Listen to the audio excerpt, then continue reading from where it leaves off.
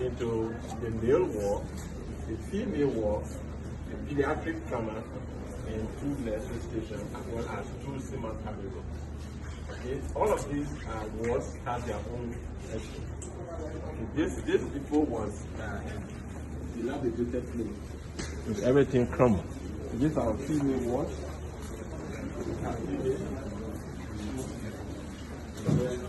In addition to that, we also have a morning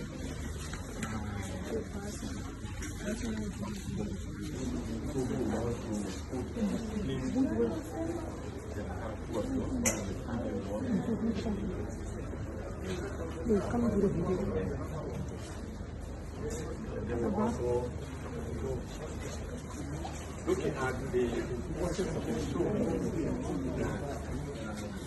The JFK Medical Center is officially open.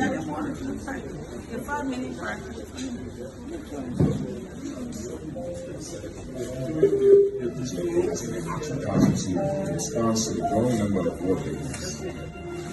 Due to the Civil War, the condition of the hospital worsened. From not having enough beds for patients to doctors not having the proper equipment to save lives.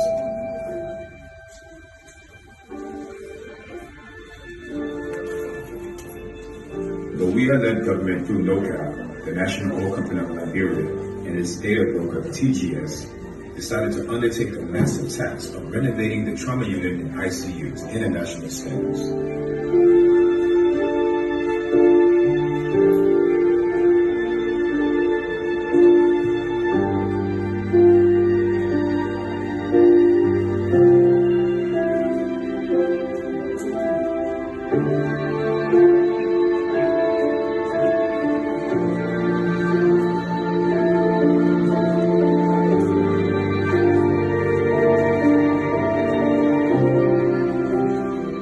My administration wanted to do something that had a meaningful impact on Liberia as a whole.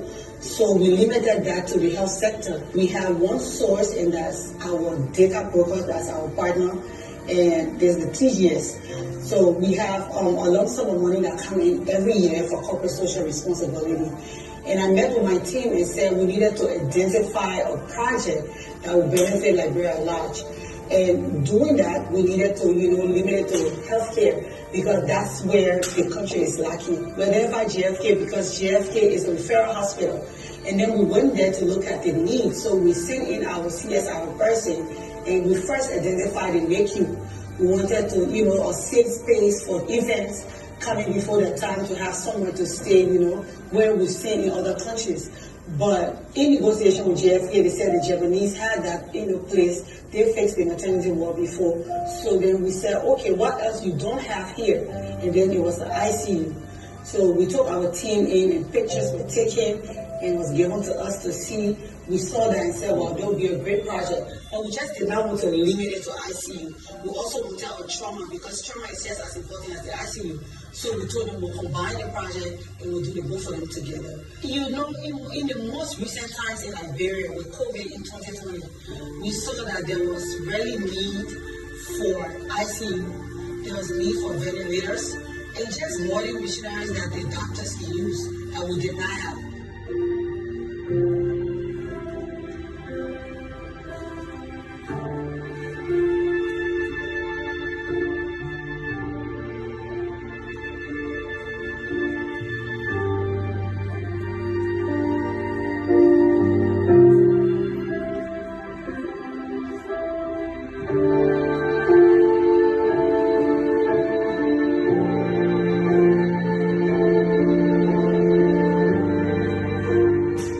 TGS is the world's leading geophysical data company. We promote and license seismic data in virtually every coastal sedimentary basin in the world.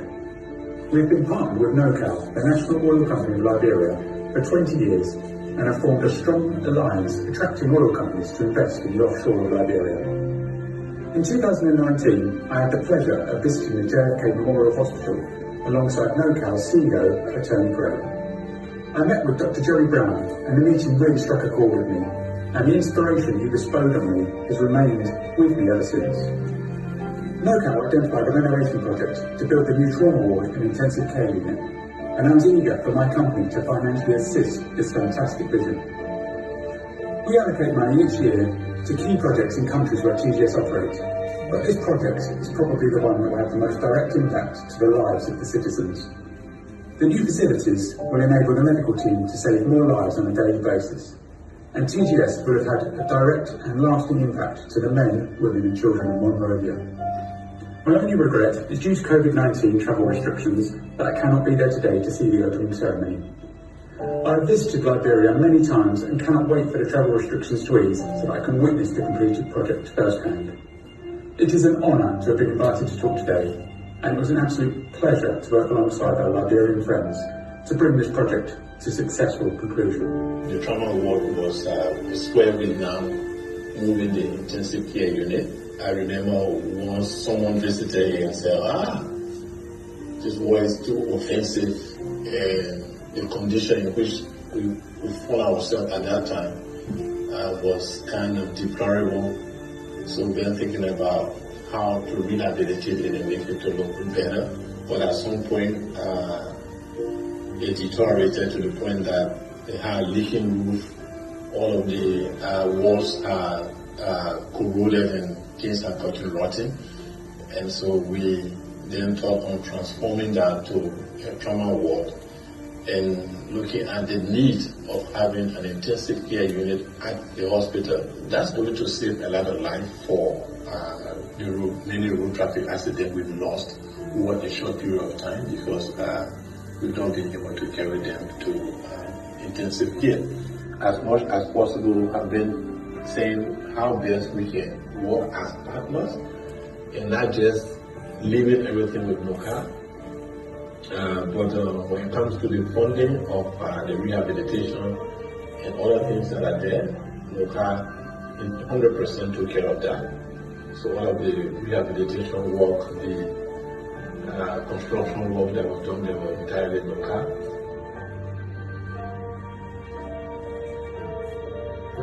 We had a project with the JFK, with the trauma ward and the rehabilitation of the trauma ward and the ICU. First, the ICU was damaged. There was no ICU. People were sleeping in the hallway. So when my CEO thought it wise that we could go and do some research at the JFK to be able to help, we first targeted the children's ward. We started the children in the maternity center. But when we went there, we saw that they told us that things were, the Japanese government was taking good care of that. So we decided to ask them, what is the project that they think that we can undertake in an emergency area now? And they said, oh, that we're having a problem with our trauma and our ICU.